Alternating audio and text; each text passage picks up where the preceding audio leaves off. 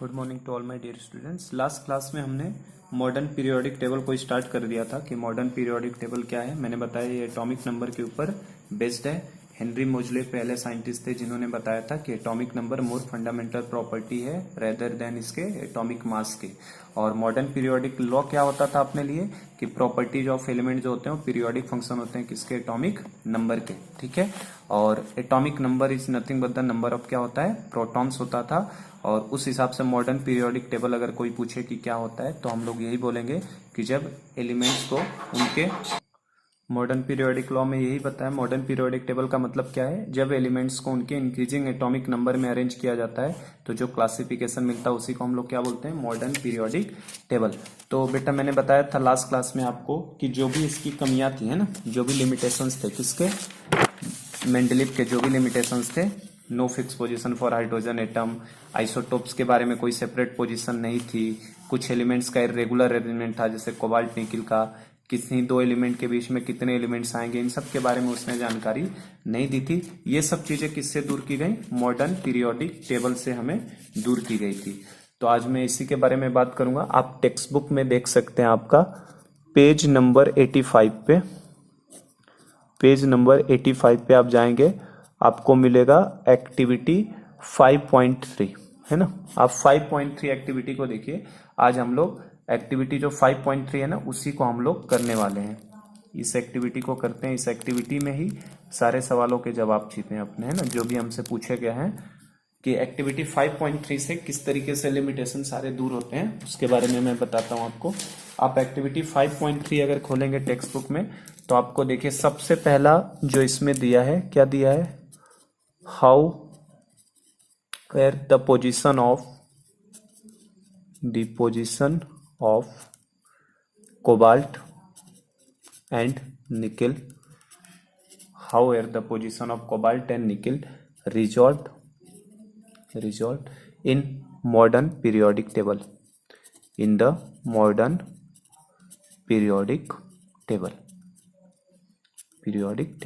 सबसे पहला हमारा ये दिया है कि किस तरीके से इनके पोजीशंस को, कोबाल्ट और निकिल को मॉडर्न पीरियोडिक टेबल में रिजॉल्व किया गया था। तो देखो कुछ नहीं बेटा, एकदम सिंपल तरीके से किया था। सबसे पहला तो ये पॉइंट का क्वेश्चन है हमारा। तो देखो इसमें क्या है, कोबाल्ट है और दूसरा क्या है, निकिल है। तो कोबाल्ट का अगर हम लोग ध्यान करो, अगर मैं बताऊं जो ड्रॉबैक्स में हमने लिया था, तो देखो कोबाल्ट और निकिल के बारे में मैंने बताया था। कोबाल्ट कितना था, 58.93 एटॉमिक मास, और इसका कितना था, 58.71। तो हम लोग लिख लेते हैं एटॉमिक मास। कोबाल्ट का एटॉमिक मास कितना है, 59.83। तो अगर यहाँ पे मैं इनका एटॉमिक मास की बात करूं, एटॉमिक मास, तो कोबाल्ट का कितना है, 58.93। और अगर निकिल के एटॉमिक मास की बात करो तो कितना है, 58.71। तो जो मेंडलीव के पीरियोडिक टेबल में था उसमें कोबाल्ट पहले था, निकिल बाद में था। जबकि एटॉमिक मास के बेसिस पे अगर रखना है तो कोबाल्ट का मास क्या है, ज्यादा है। तो कोबाल्ट का मास अगर ज्यादा है तो कोबाल्ट बाद में होना चाहिए था, निकिल कहाँ होना चाहिए था, पहले। लेकिन इस तरीके का नहीं है, तो इसको जस्टिफाई नहीं कर पाया था मेंडलीव कि मैं ऐसा क्यों कर रहा हूं, है ना। अकॉर्डिंग टू मेंडलीव क्या होना चाहिए था, बताओ। मेंडलीव अगर एटॉमिक मास को बेस मानता है तो इसके हिसाब से तो 58.71 पहले आना चाहिए और इसके बाद कौन आना चाहिए, 58.93। मतलब nickel should be place before cobalt. लेकिन इस तरीके का तो उसके पीरियोडिक टेबल में है नहीं, और उसने इस बात को जस्टिफाई भी नहीं किया कि ऐसा क्यों हो रहा है। लेकिन अगर इसी चीज को हम एटॉमिक नंबर से अगर चले, मॉडर्न पीरियोडिक टेबल किसके ऊपर बेस्ड है, एटॉमिक नंबर पे। तो अगर इसको एटॉमिक नंबर के हिसाब से चलोगे ना तो देखो एकदम सही हो जाएगा। एटॉमिक नंबर के हिसाब से कोबाल्ट का एटॉमिक नंबर कितना है, 27, और निकिल का एटॉमिक नंबर कितना होता है, 28। तो आप देख सकते हैं कि कोबाल्ट के बाद ही आ रहा है निकिल। एटॉमिक नंबर बेटा आता है, देखने ना, पीरियोडिक टेबल खोलना है ना। देखो पीरियोडिक टेबल में आप देख सकते हैं कोबाल्ट और निकिल की पोजीशन में दिखा सकता हूं आपको। देखो कोबाल्ट कितना है, 27, और निकिल कितने पे है, 28। तो इसको उसने जस्टिफाई नहीं किया था। तो ये एटॉमिक नंबर के बेसिस पे 27 पहले आएगा और 28 तो कहाँ आएगा, बाद में। इसका मतलब उसने पूछा था कि कोबाल्ट और निकिल को मॉडर्न पीरियोडिक टेबल में कैसे रिजॉल्व किया, तो हम लोग यही बोलेंगे because modern periodic table is based on atomic number, so cobalt must be placed before the nickel. तो तो ये हमारा इस तरीके से उसने जस्टिफाई कर लिया था फर्स्ट पॉइंट को।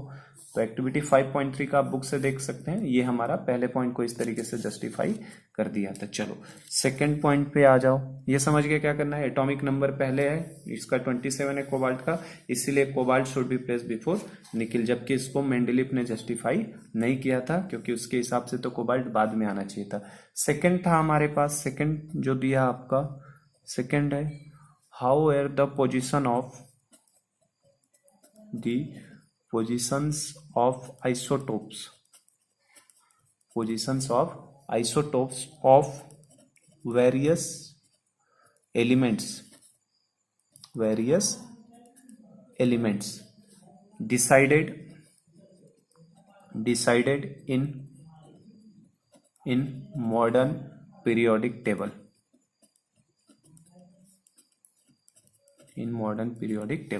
तो सेकंड क्वेश्चन हमारे पास ये पूछा है, how are the position of isotopes of various element decided in modern periodic table.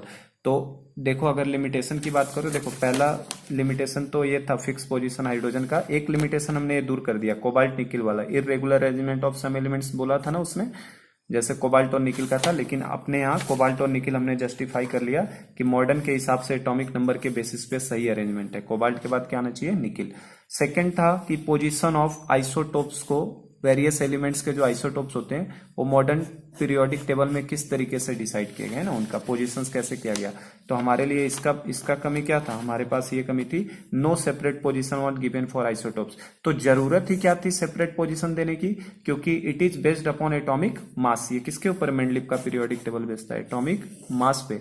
तो अगर एटॉमिक मास पे बेस्ड था तो क्लोरीन का एटॉमिक नंबर 17 है, एटॉमिक मास अलग अलग है, तो they must have to place in two different position 35 and 37।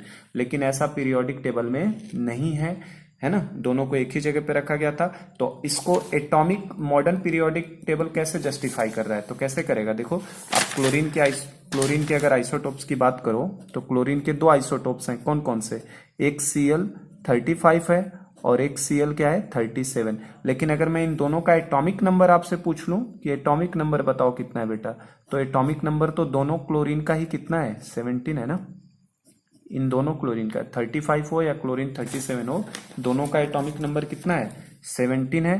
तो अगर इन दोनों का एटॉमिक नंबर 17 है और मॉडर्न पीरियोडिक टेबल बेस्ड ही किसके ऊपर है, एटॉमिक नंबर के ऊपर, तो क्या इनको अलग अलग जगह पे रखना चाहिए क्या हमें, 17 नंबर एक ही जगह पे आ सकता है ना पीरियोडिक टेबल में, अलग अलग रखने की जरूरत नहीं है। तो पोजीशन ऑफ आइसोटोप्स जो है अलग अलग एलिमेंट्स के मॉडर्न पीरियोडिक टेबल में एक ही जगह पे रखे गए हैं, क्योंकि आइसोटोप्स की खास बात क्या होती है, आइसोटोप्स के एटॉमिक आइसोटोप्स में क्या खास बात होती है बताया था ना मैंने, जिनके नंबर ऑफ प्रोटॉन्स क्या होते हैं, नंबर ऑफ प्रोटॉन्स क्या होते हैं इनमें सेम होते हैं ना, नंबर ऑफ प्रोटॉन्स क्या होता है आइसोटोप्स के सेम होते हैं। नंबर ऑफ प्रोटॉन्स सेम होने का मतलब बेसिकली इनडायरेक्टली क्या हो गया, उनका एटॉमिक नंबर का सेम होना, एटॉमिक नंबर का क्या होना, सेम होना, ठीक है ना। तो देखो इस तरीके से जस्टिफाई हो जाएगा आइसोटोप्स की पोजीशन। तो अलग अलग एलिमेंट्स के आइसोटोप्स को अलग अलग रखने की जरूरत नहीं है, क्योंकि एटॉमिक नंबर पे ऊपर बेस्ड है, तो आइसोटोप्स में नंबर ऑफ प्रोटॉन्स तो सेम ही होते हैं, मतलब उनको एक ही जगह पे रखा जाएगा पीरियोडिक टेबल में, ठीक है। ये हमारा सेकेंड पॉइंट था। थर्ड पॉइंट अगर हमसे पूछा जाए तो थर्ड हमारा एक्टिविटी का पॉइंट पूछा है उसने, इज इट पॉसिबल, मैं पढ़ देता हूं, आपके पास टेक्स्ट बुक तो है ना, आप वहां से चेक कर लीजिएगा। हमारा थर्ड स्टेटमेंट है, it is possible to have an element with atomic number 1.5, लिख देता हूं चलिए, it is possible to have an element with atomic number 1.5 placed between hydrogen and helium. ये क्वेश्चन पूछ रहे हैं हमसे, क्या किसी एलिमेंट का एटॉमिक नंबर 1.5 हो और वो हाइड्रोजन और हीलियम के बीच में रख सकते हैं। जैसे इसमें देखो हमारा ये था कि it was not possible to predict how many elements could be discovered between two elements, दो एलिमेंट्स के बीच में कितने एलिमेंट्स आएंगे इसके बारे में उसने कोई जानकारी हमें नहीं दी थी। यहाँ पे इसी क्वेश्चन का आंसर दिया जा रहा है, पूछ रहा है is it possible to have an element with atomic number 1.5, कितना atomic number 1.5 between hydrogen and helium. तो बेटा अगर पता हो एटॉमिक नंबर क्या है, atomic number is nothing but the number of protons. Atomic number is equal to क्या है, नंबर ऑफ प्रोटॉन्स। तो क्या कभी नंबर ऑफ प्रोटॉन्स फ्रैक्शनल में होते हैं? क्या नंबर ऑफ प्रोटॉन्स कभी फ्रैक्शन में हो सकते हैं? It can not be fractional. Number of protons तो कभी फ्रैक्शनल हो ही नहीं सकता। It can not be fractional. तो ये अगर कभी फ्रैक्शनल नहीं हो सकता, तो अगर नंबर ऑफ प्रोटॉन हमारा फ्रैक्शनल नहीं हो सकता, तो 1.5 एटॉमिक नंबर का तो कोई एलिमेंट ही एग्जिस्ट नहीं करेगा। तो 1.5 नंबर का एलिमेंट ही नहीं एग्जिस्ट करेगा। तो हमसे पूछा is it possible to have an element with atomic number place between this, तो आंसर क्या होगा, नो। ऐसा कोई एलिमेंट ही नहीं होगा जिसका एटॉमिक नंबर 1.5 आए। तो कोई दिक्कत ही नहीं था। हाइड्रोजन का एटॉमिक नंबर कितना है, 1, और हीलियम का एटॉमिक नंबर कितना है, 2। तो 1 और 2 के बीच में कोई एलिमेंट आ सकता है क्या? नहीं आ सकता, कभी नहीं आ सकता। तो उस हमारा आंसर आई होप क्लियर हो गया आपको क्या करना है, ठीक है ना। तो हमसे ये पूछा था क्या 1.5 वाला रख सकते हैं हाइड्रोजन हीलियम में, तो आंसर होगा नो, क्योंकि एक का एटॉमिक नंबर 1 है, दूसरे का एटॉमिक नंबर 2 है, और 1.5 एटॉमिक नंबर तो कभी हो ही नहीं सकता, क्योंकि नंबर ऑफ प्रोटॉन कभी फ्रैक्शनल नहीं होता है। समझे क्या बात को। जबकि अगर इसके पीरियोडिक टेबल के हिसाब से चलोगे ना आप, तो ये एटॉमिक मास के ऊपर बेस था, तो 7 और 9 के बीच में 8 एटॉमिक मास तो किसी एलिमेंट का हो सकता था ना। तो इसीलिए ये इसकी एक कमी थी। तो इसको भी इसने क्या कर दिया, मॉडर्न पीरियोडिक टेबल ने हमारा दूर कर दिया, ठीक है। और अगर लास्ट 4th पॉइंट की बात करूं मैं, तो 4th क्वेश्चन आपका यही है, where do you think should hydrogen be placed in modern periodic table, है ना। Placing of hydrogen last question आपका है। मैं पूरा क्वेश्चन नहीं लिख रहा हूं, आप देख लीजिएगा बुक से। क्वेश्चन हमारा लास्ट यही पूछ रहा है, where do you think should hydrogen be placed in modern periodic table, कि हाइड्रोजन का मॉडर्न पीरियोडिक टेबल में किधर पोजीशन होना चाहिए, किधर रखना चाहिए। तो चूंकि हाइड्रोजन का हमें पता है, हाइड्रोजन का एटॉमिक नंबर कितना है, हाइड्रोजन का एटॉमिक नंबर कितना होता है, 1। हाइड्रोजन का एटॉमिक नंबर कितना है, 1।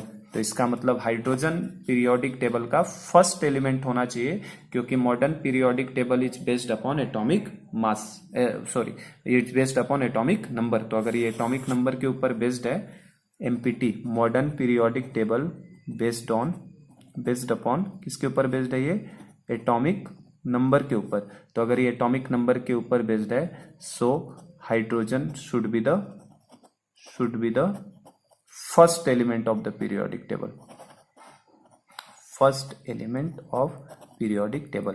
और आप देखेंगे तो पीरियोडिक टेबल का हाइड्रोजन जो है वो पहला एलिमेंट भी है, होना भी चाहिए था फर्स्ट एलिमेंट। क्यों? क्योंकि इसका एटॉमिक नंबर कितना है, 1 है। तो मॉडर्न पीरियोडिक टेबल के बारे में एक्टिविटी 5.3 में सब क्वेश्चंस है।